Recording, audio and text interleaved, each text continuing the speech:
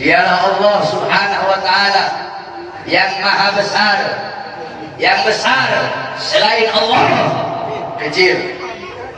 Dialah Allah yang maha perkasa, yang maha kuat, yang perkasa selain Allah lemah. Dialah Allah raja di atas para raja, yang raja selain Allah hamba. Dialah Allah Subhanahu wa ta'ala yang maha berkuasa selama-lamanya, yang berabadi, tidak akan pernah musnah dan tidak akan pernah binasa. Dialah Allah yang maha berilmu, yang berilmu selain Allah adalah pencari ilmu. Dialah Allah yang maha tahu, yang tahu selain Allah adalah pencari pengetahuan. Dialah Allah Subhanahu wa ta'ala yang maha melihat, yang melihat selain Allah buta terhadap warna-warna yang jauh, buta terhadap warna-warna yang tersembunyi dan warna yang tidak tampak. Dialah Allah Subhanahu wa ta'ala yang maha mendengar, yang mendengar selain Allah tuli terhadap suara-suara yang jauh dan suara-suara yang dekat akan menulikannya. Dialah Allah yang dimana kadar kedekatan hamba dengannya tidak akan membuat hamba itu setara dengannya. Jauhnya hamba darinya tidak akan menjadikan dinding penghalang antara dirinya dengan hambanya. Dialah Allah yang dimana walaupun seluruh makhluk berbuat baik tidak akan menambahkan sedikit pun keagungan di sisinya, dan walaupun seluruh makhluk berbuat dosa tidak akan mengurangi sedikit pun keagungan di sisinya. Dialah Allah yang memisahkan dan yang mempertemukan. Dialah Allah yang memisahkan Nabi Allah Adam dengan Siti Hawa, dan dialah Allah yang mempertemukan Nabi Allah Adam dan Siti Hawa. Allah pertemukan Nabi Allah Adam dan Siti Hawa dalam surga, dan Allah pisahkan Nabi Allah Adam dan Siti Hawa. Nabi Adam Allah turunkan di India, di bawah kaki gunung Himalaya. Siti Hawa Allah turunkan di Jeddah. Kemudian Allah pertemukan kembali di padang Arafah. Dialah Allah yang memisahkan Nabi Allah Yakub dengan anaknya Nabi Allah Yusuf alaihissalam, dan dialah Allah juga yang menemukan, mempertemukan Nabi Allah Yakub dan Nabi Allah Yusuf alaihissalam. Dan dialah Allah yang 1,5 tahun yang lalu memisahkan kita, dan Allah juga yang mempertemukan kita pada malam hari yang mulia.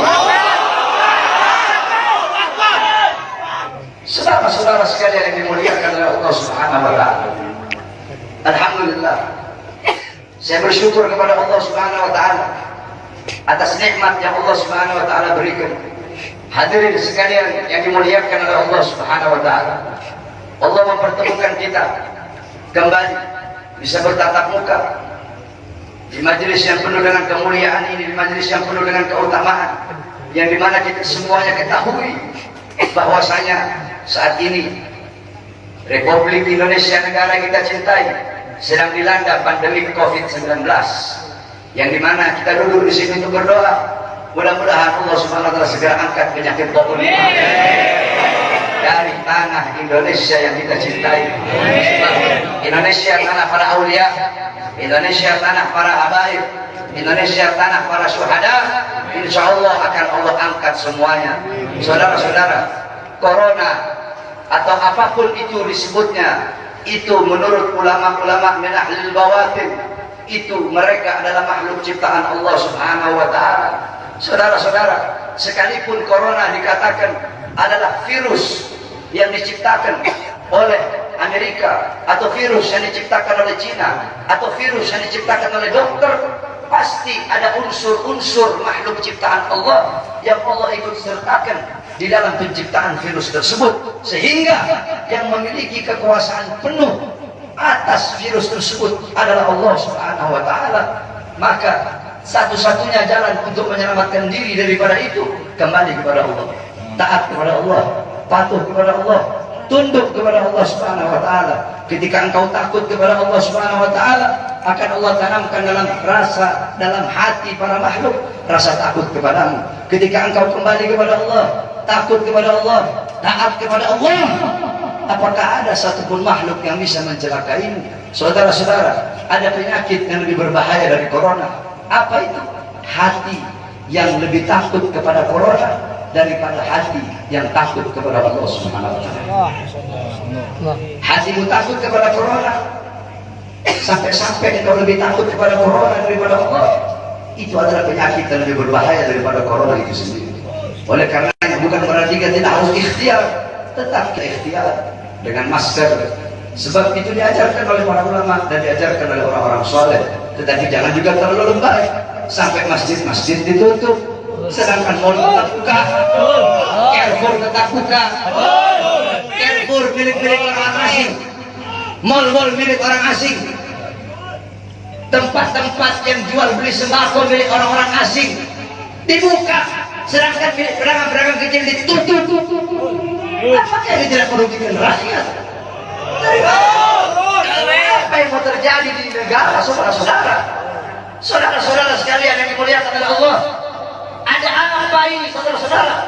Semua orang-orang disuruh berdiam diri dalam rumah, sedangkan tenaga kerja asing dari Cina mereka kirim sebanyak-banyaknya.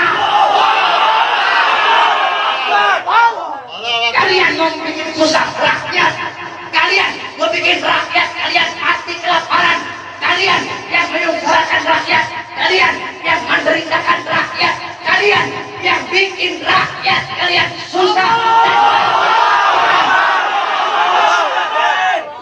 Sudah sering saya katakan, saudara-saudara, para pahlawan-pahlawan, beliau-beliau mengorbankan jiwa, nyawa, darah, harta, keringat demi NKRI, demi kemerdekaan. Itu pahlawan.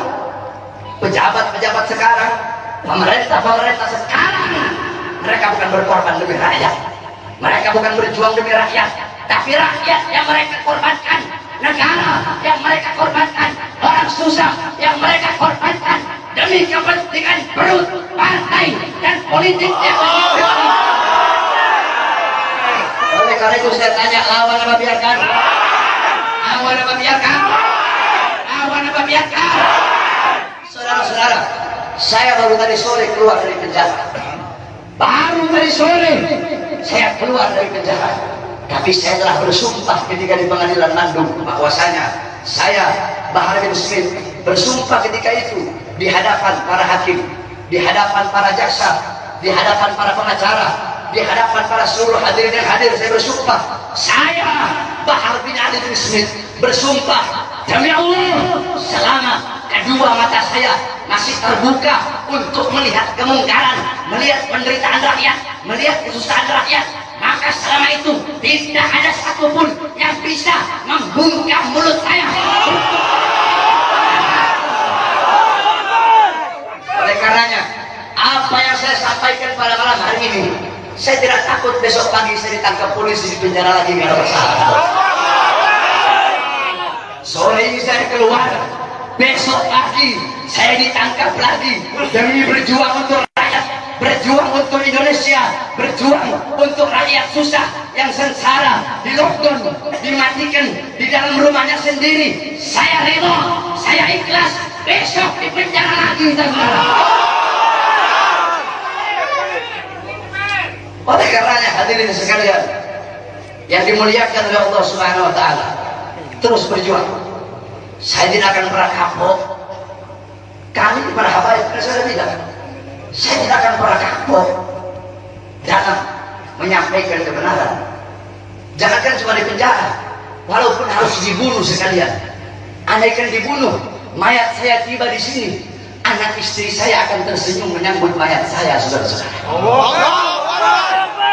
Kenapa? Saya bukan penjahat, saya bukan koruptor, saya bukan narkoba, saya bukan maling, tapi saya membela agama Allah. Saya bela ajaran datuk saya Rasulullah. Saya membela kehormatan para habaib, para anak cucu Rasulullah Sallallahu Alaihi Wasallam.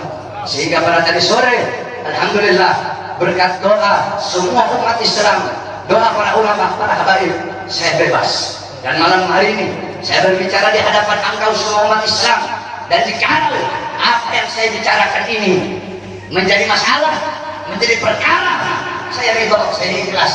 Besok di penjara lagi tidak jadi masalah buat saya.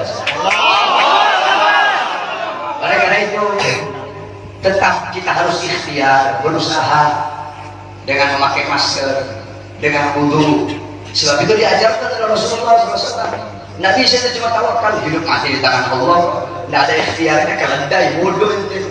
Dulu ada sahabat Nabi Muhammad, itu punya onta, dibiarkan begitu saja. Kata Nabi, kenapa kau biarkan? Saya tawakal sama Allah. Kata Rasulullah, salah, ikat kau punya onta. Itu ikhtiar, usaha agar ontamu tidak hilang. Kalau sudah ikhtiar, baru kau doa, ya Allah jaga saya punya onta biar tidak hilang. Ikhtiar udah, baru terakhir kau tawakal. Ikhtiar udah, doa udah, baru tawakal. Mau hilang kayak mau enggak kayak urusan Allah. Ikhtiar pakai masker, ikhtiar wudu, jaga kebersihan, itu ikhtiar usaha kita. Berdoa, ya Allah jangan sampai saya kena corona. Kalau habaib sih, kita orang sih habaib sih ada masalah sama corona sebenarnya.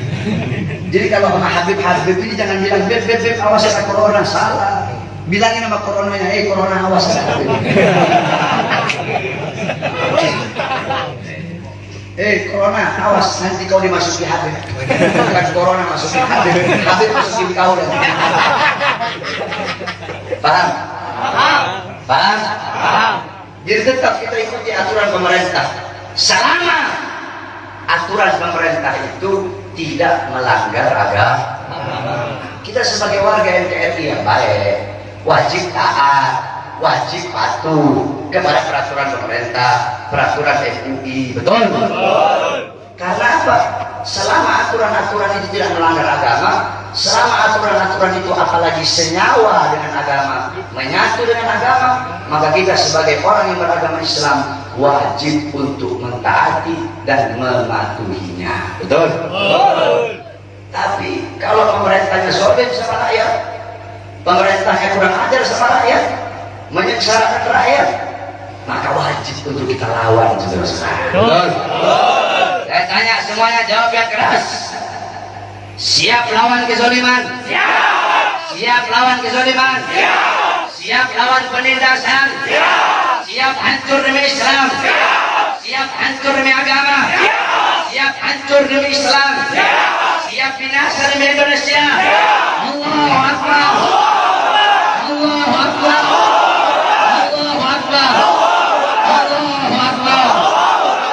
Sampaikan kepada mereka bahwasanya saya Bahar bin Smith mengucapkan ini, saya tidak takut sekalipun besok saya harus dijemput atau dipenjara lagi, saudara-saudara.